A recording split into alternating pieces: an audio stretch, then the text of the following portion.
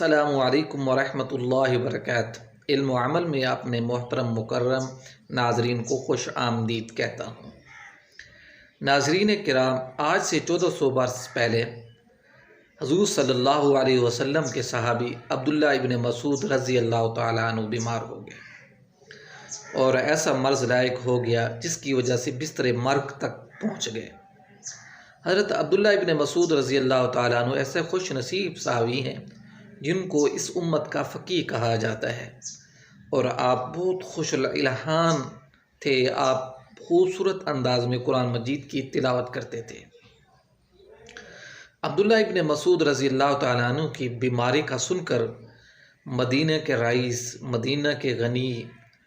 اور جن کو ذو النورین کا لقب ملا، جن کو غنی کا لقب ملا، حضرت عثمان ابن عفان رضی اللہ تعالیٰ عنہ تک یہ بات جب پہنچی کہ عبداللہ ابن مسعود رضی اللہ تعالیٰ عنہ بیمار ہو گئے ہیں،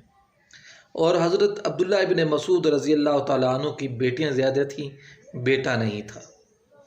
تو آپ کے دل کے اندر رحم پیدا ہوا کہ یہ دنیا سے جانے والے ہیں عبداللہ ابن مسعود، چنانچہ ان کی اتنی ہیلپ کی جائے کہ ان کے جانے کے بعد ان کی جو بیٹیاں ہیں وہ افلاک میں مفلسی کے اندر نہ رہیں، پریشانی کے اندر نہ رہیں۔ تو لہٰذا انہوں نے ایک تھیلی لی جس کے اندر اشرفیاں، درہم، دینار وغیرہ تھے، اور وہ لے کر حضرت عبداللہ ابن مسعود رضی اللہ تعالیٰ عنہ کے گھر پہنچے، آپ سے ملاقات کی، اور ملاقات عیادت کرنے کے بعد آپ نے وہ تھیلی حضرت عبداللہ ابن مسعود کو پیش کی، فرمایا کہ یہ قبول فرما لیں، آپ کے بعد آپ کی یہ اولاد کے کام آئیں گے۔ حضرت عبداللہ ابن مسعود رضی اللہ تعالیٰ عنہ نے یہ تھیلی لینے سے انکار کر دیا، اور اس تھیلی کے اندر بہت ساری اشرفیاں تھیں، بہت سارے درہم دنانیر تھے، اور یہ اتنی تعداد کے اندر تھے، اتنی رقم تھی کہ ان کی بیٹیوں کو کافی ہو جاتی۔ تو آپ نے پوچھا بھی آپ اس سے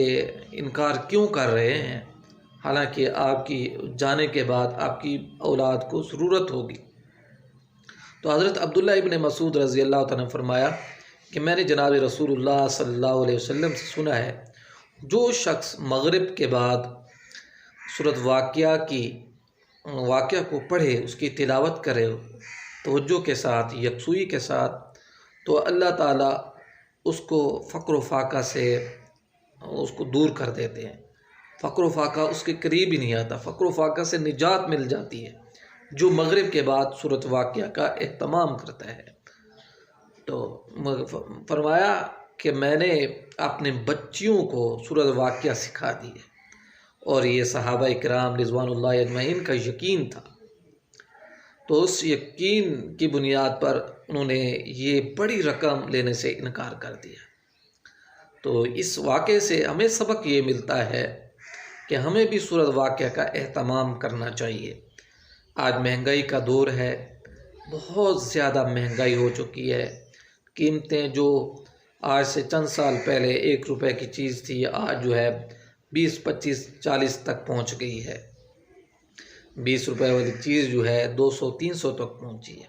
اس حالات میں غریب آدمی کا گزارا کرنا بڑا مشکل ہے، اور پھر اوپر سے بے روزگاری ہے، کام نہیں ملتے۔ تو ہم سب کو چاہیے ہم یقین کے ساتھ، اہتمام کے ساتھ سورۃ واقعہ کی تلاوت کریں۔ انشاءاللہ اس کی برکت سے اللہ تعالیٰ ہمیں فقر و فاقہ سے بچائیں گے، افلاس اور مفلسی سے بچائیں گے، بے روزگاری سے بچائیں گے۔ پچھلے دنوں ایک مجھے مزدور ملے اور کہہ رہا تھا کہ قاری صاحب کئی دن ہو گئے ہیں مزدوری نہیں ملتی۔ تو میں نے کہا اس کو یہ فرمان سنا یا رسول پاک صلی اللہ علیہ وسلم کا، اور کہا کہ سورۃ واقعہ کا اہتمام کرو، اور وہ کل مجھے ملے کیا کہ میں نے اس کا اہتمام کرنا شروع کر دیا، تو اس کی برکت سے اللہ تعالیٰ نے میرے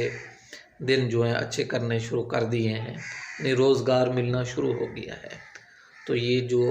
برکت کی چیزیں اس کو زندگی کے اندر ایڈ کرنا چاہیے۔ اللہ تعالیٰ مجھے اور آپ کو سورۃ واقعہ کا اہتمام کرنے